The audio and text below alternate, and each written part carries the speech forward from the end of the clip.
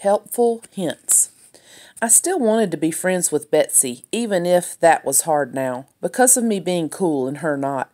I decided the best thing I could do was to do a lot of noticing about exactly what the cool kids did, and then tell Betsy to do those things so she could learn how to be cool too. Helpful hints. That was what she needed. It was going to be really helpful, actually, because by the end, Betsy would know all the rules for being cool. The ones the cool kids never told you themselves, and who wouldn't want to know that? The only problem was that Betsy didn't seem to want to talk to me too much anymore, probably because she was so embarrassed about not being cool, which made it hard for me to tell her all my helpful hints. But I finally figured out a way to do it. I left a note in Betsy's desk every morning before school started. A new helpful hint every day. Don't ever be last in the line to go to lunch. That was one of my helpful hints. I noticed that was one of the things about being cool, that you always had to get to the lunchroom near the front of the class. Sing fake words to the songs during chorus. That was another helpful hint. I noticed that one too. Whenever Mrs. Chilcote came in to do chorus with us, all the cool kids stood in the back and didn't sing the real words we were supposed to. Some of them were just quiet, no noise at all, but some of the coolest kids, like Sage, made up her own words.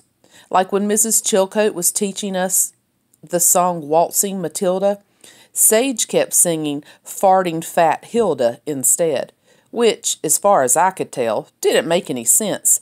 But it must have been pretty funny because all the cool kids in the back near us were laughing so hard with their hands over their mouths that they almost got in trouble.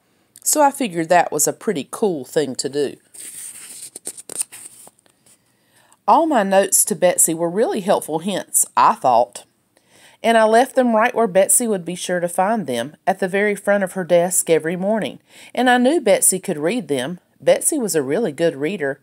Only, for some reason, Betsy never did any of the things that the helpful hint said to do.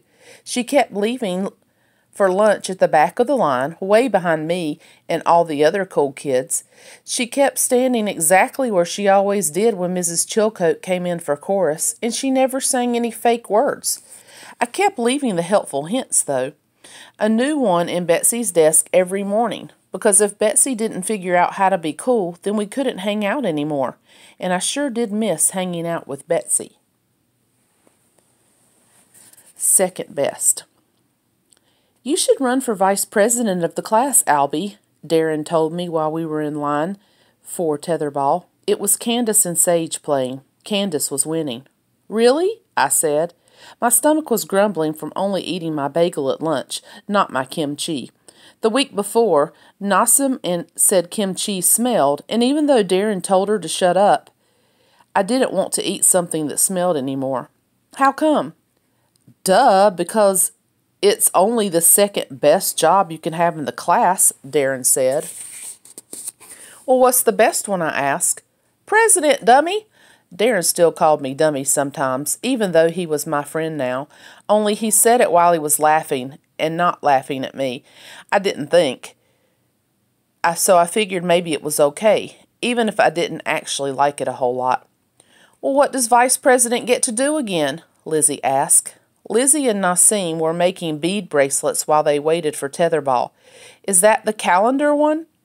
No, secretary makes the birthday calendar, Sage told her.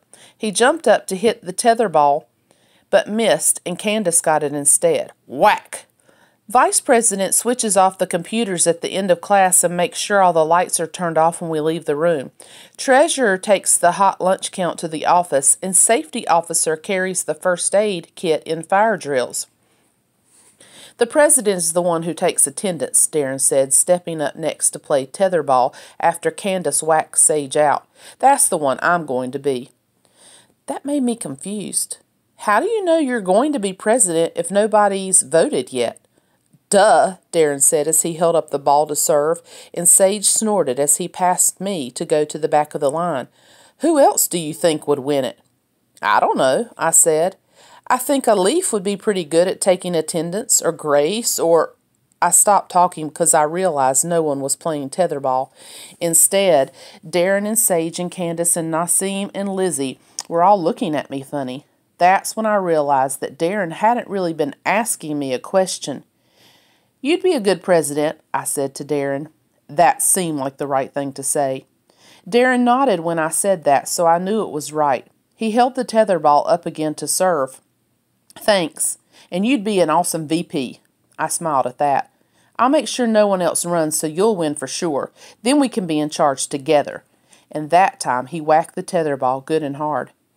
That made me feel good, and while I waited in line for my turn at tetherball, I started to wonder why I'd been thinking before that turning off the lights was a stupid job.